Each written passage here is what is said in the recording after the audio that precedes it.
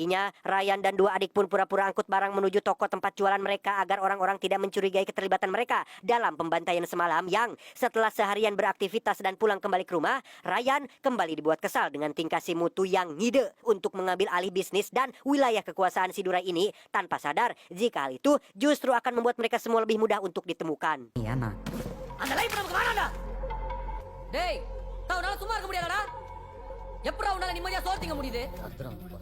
Kabar tentang kematian Durai pun dengan cepat menyebar ke seluruh kota. Semua orang penasaran dengan siapa sosok yang berani melakukan hal semacam itu. Tidak sedikit yang berteori jika itu dilakukan oleh kelompok preman baru yang berasal dari luar. Sehingga Setu yang sama-sama penasaran pun memerintahkan seluruh anggotanya untuk mencari tahu informasi akurat terkait sosok yang sudah melakukannya.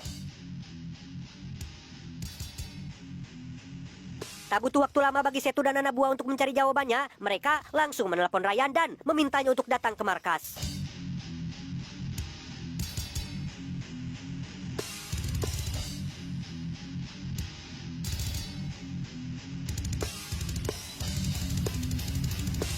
Untuk pertama kalinya, Setu akhirnya bisa bertemu langsung dengan sosok yang sudah meringankan pekerjaannya, yaitu menghabisi musuh bebuyutannya. Dengan raut wajah excited, Setu terus bertanya tentang bagaimana cara Ryan menghabisi Durai dan seluruh pasukannya, di mana Ryan terus berkilah dan mencoba untuk tidak mengakui semua itu. Ya deh. Tak hanya itu saja, Setu bahkan meminta Ryan untuk bergabung dengan kelompoknya. Namun, sekali lagi, Ryan tidak pernah tertarik dengan dunia preman dan terus meyakinkan jika Setu sudah salah orang. அப்படியே துரை நான் போட்டது நானா இருந்தா அவரை போட்ட எனக்கு உங்களை போட எவ்வளவு நேரம் ஆகும்?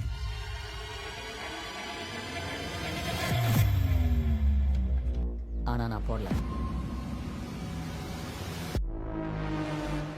Sesaat setelah Ryan pergi, Setu bisa langsung menebak jika memang dialah orangnya. Meski Ryan terus berkilah dan tidak mengaku, tetapi tatapan matanya tidak bisa bohong. Bahkan Setu mengaku sempat deg-degan dan tak bisa berkata apa-apa karena Ryan tidak berada di pihak siapa-siapa. Setu pun menganggap jika Ryan bisa menjadi ancaman suatu hari nanti dan tidak tertutup kemungkinan nasibnya akan berakhir sama seperti si Durai. Sehingga untuk mencegah hal itu terjadi, Ryan harus dihabisi untuk selamanya.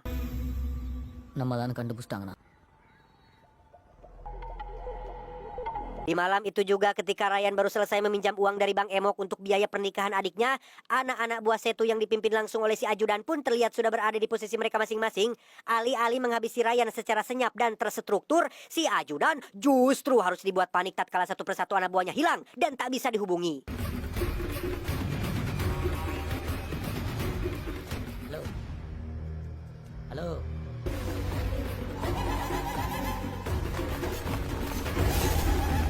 Dan ya, mereka pikir mudah membunuh Ryan. Mental baja yang ditempa sejak kecil dan naluri bertahan hidupnya membuat Ryan menjadi sosok monster yang sulit dikalahkan. Sehingga semua preman pun dengan mudah dihabisi, terkecuali si ajudan yang sempat berhasil kabur.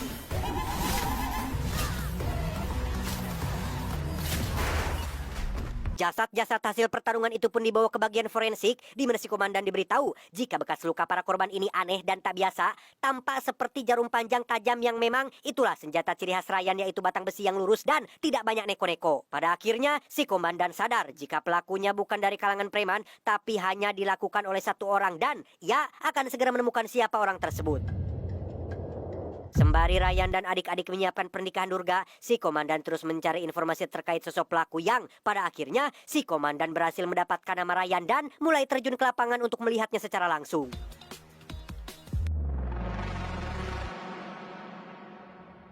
Di tengah sibuk-sibuknya menjelang pernikahan Durga, Mutu si beban justru harus ketiban masalah lain tatkala Mega kekasihnya diketahui hamil. Sehingga selain harus memikirkan biaya pernikahan Durga adiknya, Mutu juga harus bisa mendapatkan uang cepat untuk persiapan menyambut kelahiran bayinya. கல்யாணம் குடும்பம் குழந்தைனாச்சுன்னா ஒரு பெரிய பொறுப்புடா ஏதாச்சும் பண்ணி காசு பாரு. Mutu pun mulai mendatangi satu persatu tempat usaha untuk menanyakan lowongan pekerjaan. Tapi dari semua tempat yang ia datangi, tak ada satupun yang bisa membantu. Sehingga Mutu harus mencari cara lain untuk menghasilkan uang yang lebih cepat. என்ன துர்கா 2 நாள்ல கல்யாணம் இன்னும் ஷாப்பிங்கா ஆமாங்கா கடைசி நிமிஷம் Singkat cerita, tibalah hari di mana Durga akan menggelar pernikahan esok pagi. Ryan bersama Sekar pun berbincang terkait masalah si Setu yang bisa saja menyerang kapan tahu. Sehingga sebelum menjadi wali dalam pernikahan Durga esok pagi, Ryan harus menghabisi Setu malam ini juga dan meminta tolong kepada Sekar yang sudah ia anggap sebagai ayah sendiri untuk titip Durga adik kesayangannya apabila ia tidak kembali dengan selamat. Nah, நீ இருக்கிற தைரியத்துல தான் நான் போறேன். Sendirian, Ryan akan mendatangi Setu di kediamannya, di mana Ryan sama sekali tidak punya firasat buruk saat menemukan kunci geboknya sudah terbuka, seolah sengaja dipersilakan masuk. Dan benar saja, alih-alih menemukan Setu dan pasukannya, Ryan justru malah menemukan Durga yang tengah dalam kondisi terikat, yang sejak tadi siang diculik saat berada di rumahnya. Dan ya, ini semua ternyata adalah jebakan yang dibuat oleh Setu, di mana Ryan dan Durga pun harus bertahan dari balasan preman bersenjata yang siap menghabisi mereka berdua. Dan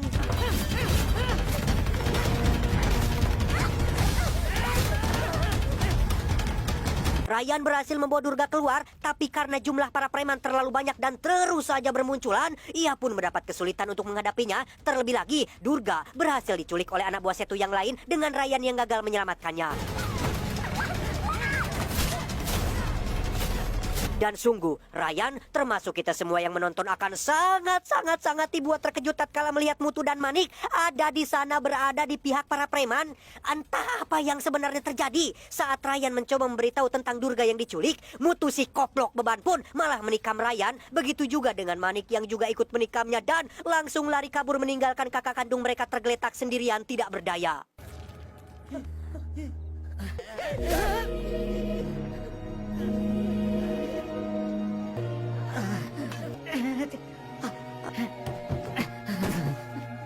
Tak lama setelah Mutu dan Manik pergi, muncullah Durga yang dilepaskan para preman. Ia segera membawa Ryan yang terluka dibawa menuju klinik terdekat dengan Sekar yang juga ada di sana untuk membantu. Di markas Setu sendiri kita akan melihat kemunculan bebenguk Mutu dan si Manik yang ternyata diam-diam telah bekerja untuk Setu. Entah kapan dan bagaimana mereka bisa bergabung dengan kelompok preman ini dan kenapa bisa juga sampai tega menyakiti orang yang notabene adalah kakak kandung sendiri, anjing. Saudara sendiri loh itu. Tapi Setu meminta maaf karena sama sekali tidak mengetahui jika Ryan adalah kakak mereka, sehingga Manik dan Mutu pun langsung disuruh pulang saat itu juga. Saat mereka berdua sedang minum homer itulah akhirnya terungkap alasan kenapa mereka bisa sampai setega ini. Ternyata semuanya dilandasi oleh tekanan dan kekesalan mereka terhadap Ryan yang terkesan selalu mengatur dan melarang-larang. Apapun yang mereka berdua lakukan selalu dianggap salah oleh Ryan yang padahal sebenarnya hanya ingin yang terbaik untuk adik-adiknya. Hanya saja Mutu dan Manik tidak menyadari hal itu karena terlalu egois dan hanya memikirkan diri sendiri. Di hari ketika Mutu sedang cari lowongan pekerjaan, ia rupanya tak sengaja bertemu dengan kelompoknya Setu yang pada akhirnya ditawari uang dalam jumlah banyak apabila mau bergabung. Setelah resmi jadi anggota kelompok preman, Mutu langsung mengajak Manik adiknya untuk bergabung juga dan tanpa sepengetahuan Ryan kakak mereka, Mutu dan Manik diam-diam melakukan pekerjaan kotor dengan alasan untuk membantu biaya pernikahan Durga adik mereka.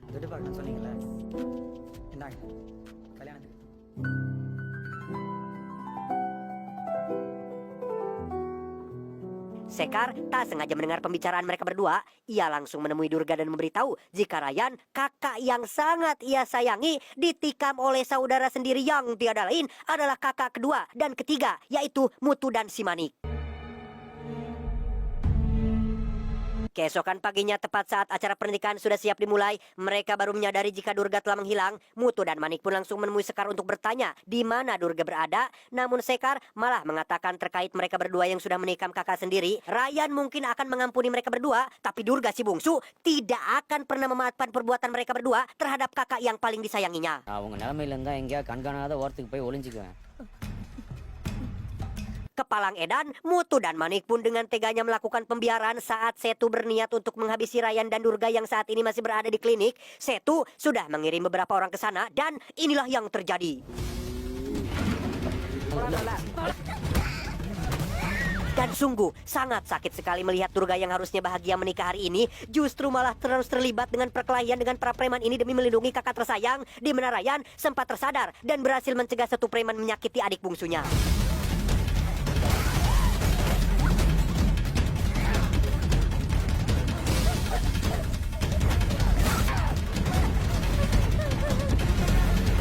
Tak aman berada di kota ini, ibu dokter yang baik hati pun bersedia membantu Ryan dengan membawa mereka ke sebuah gedung kosong yang jauh dari perkotaan, yang selama lebih dari 9 bulan lamanya, Ryan harus melewati proses pemulihan akibat luka dan cedera parah yang ia alami saat dalam pertarungan.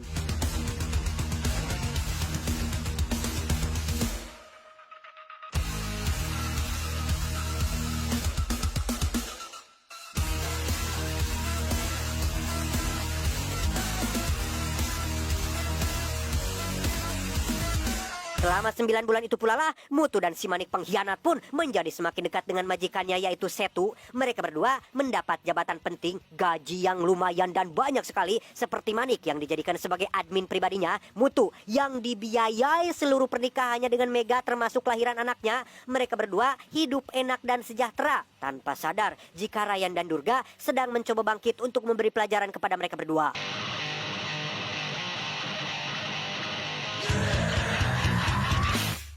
Tepat pada bulan ke-10 saat anak Mutu sudah lahir dan Ryan sudah pulih dengan sempurna, Sekar pun mewakili Ryan menemui Setu untuk memintanya agar menyerahkan ajudan pribadinya. Loh, sempat Olohok dan heran kenapa dengan ajudannya. Ternyata si ajudan ini sempat memperkosa Durga sewaktu momen penculikan. Sekar pun menceritakan sedikit tentang masa kecil Durga sewaktu diganggu oleh 3 anak laki-laki yang memegang tangannya Durga di sekolah. Ryan tak segan-segan memotong tangan dan kaki mereka hingga cacat seumur hidup. Itu baru hanya pegangan tangan saja loh, baru megang tangannya si Durga saja loh. Lah ini si ajudan malah merusak masa depannya sehingga bisa dibayangkan apa yang akan Ryan lakukan terhadap si ajudan borokokok ini. வருவான் பேய் மாதிரி வருவான். Setu nampaknya tidak bisa menolak permintaan Sekar setelah mengetahui jika istri keduanya sudah diculik oleh Ryan sehingga tak ada pilihan lain. Setu bersedia menukar ajudannya dengan sang istri yang akan dilakukan esok pagi. நான் அந்த பொண்ணு மேல கை இல்ல ரொம்ப நாள் அந்த பொண்ணு மேல ஒரு கண்ணு. Berlokasi di sebuah dermaga, si ajudan akan ditukar dengan istri kedua Setu. Namun Ryan tampaknya jauh lebih cerdas dengan berhasil mendapatkan keduanya yang membuat Setu menjadi sangat marah. இல்லனா நான் அண்ணிய பாத்துட்டேனா அண்ணா வச்சு போட்டு போறானுங்கண்ணா.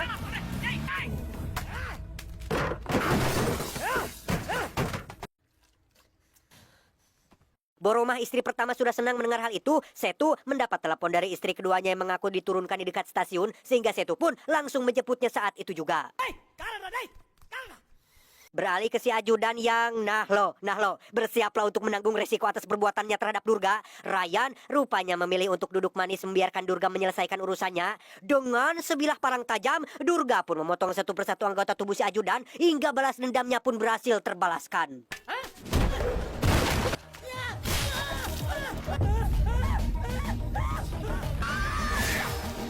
Tanpa Ryan dan Durga ketahui, Sekar ternyata berhasil ditangkap oleh Setu. Ia dipaksa buka mulut tentang tempat persembunyian Ryan, tetapi Sekar malah tertawa setelah membayangkan tentang apa yang akan Ryan lakukan terhadap Setu, sehingga Setu yang kesal pun langsung menghabisinya saat itu juga.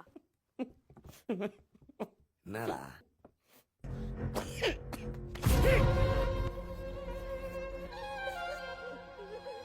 Tepat di malam perayaan, Setu hadir di sana dengan seluruh anak buahnya yang berjaga di beberapa titik, di mana Ryan dan Durga terlihat sudah berada di tengah kerumunan. Bahkan Durga sendiri berhasil menghabisi kakak ketiganya yaitu Manik sebagai balasan atas perbuatannya terhadap Ryan.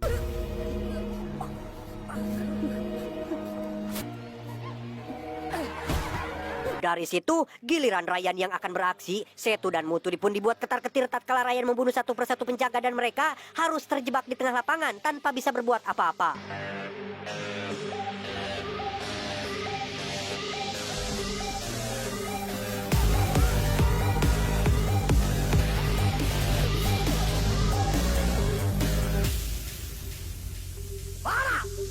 Setelah semua penjaga habis, kini yang tersisa hanyalah Setu, Mutu, dan segelintir anak buah yang ketakutan. Dan tiba-tiba, kurang dari 1 menit, Ryan berhasil membantai anak buah Setu, di mana ia perlahan berjalan mendekati mereka berdua dan terlihat seperti sosok dewa yang punya banyak kepala.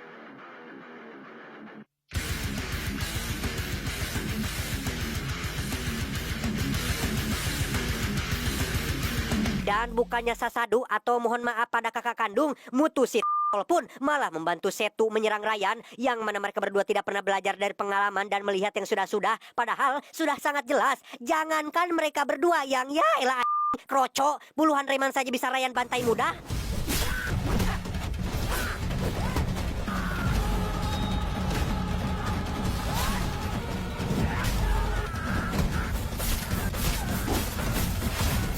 Ryan pun menyiram Setu dengan bensin dan berniat hidup-hidup. Disitulah Setu seketika teringat dengan ucapan Sekar ketika tersenyum sambil membayangkan apa yang akan Ryan lakukan terhadapnya dan...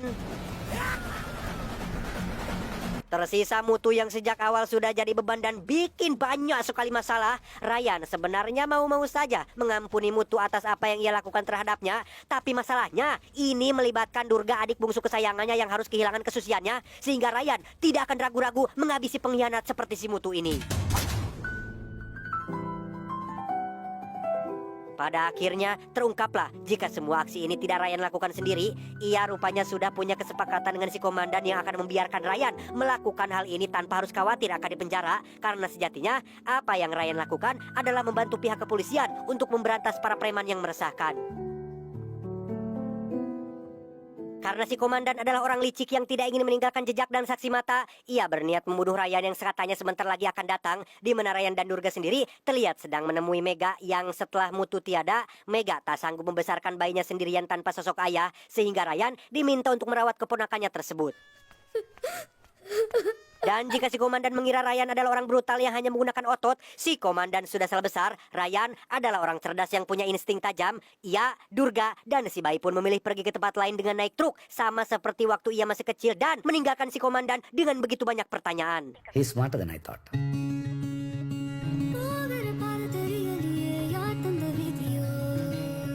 Tamat, ending yang sangat memuaskan. Seru sekali teman-teman. Meskipun masih pilek, saya sangat emosional sekali menonton film ini. Mungkin karena saya sebagai kakak tertua juga ya di keluarga, jadi saya bisa lebih menghayati perasaan Ryan yang juga punya tanggung jawab besar dan beban yang sama gitu, punya adik-adik. Tapi intinya film ini sangat keren dan aksinya juga tidak kalah brutal. Pesan yang bisa kita ambil dari film ini adalah saudara adalah seseorang yang kau temukan banyak persamaan dengan dirimu, namun tetap menghargai segala perbedaan yang ada. Jadi jangan seperti Mutu dan si Manik yang menjadi pengkhianat dan tidak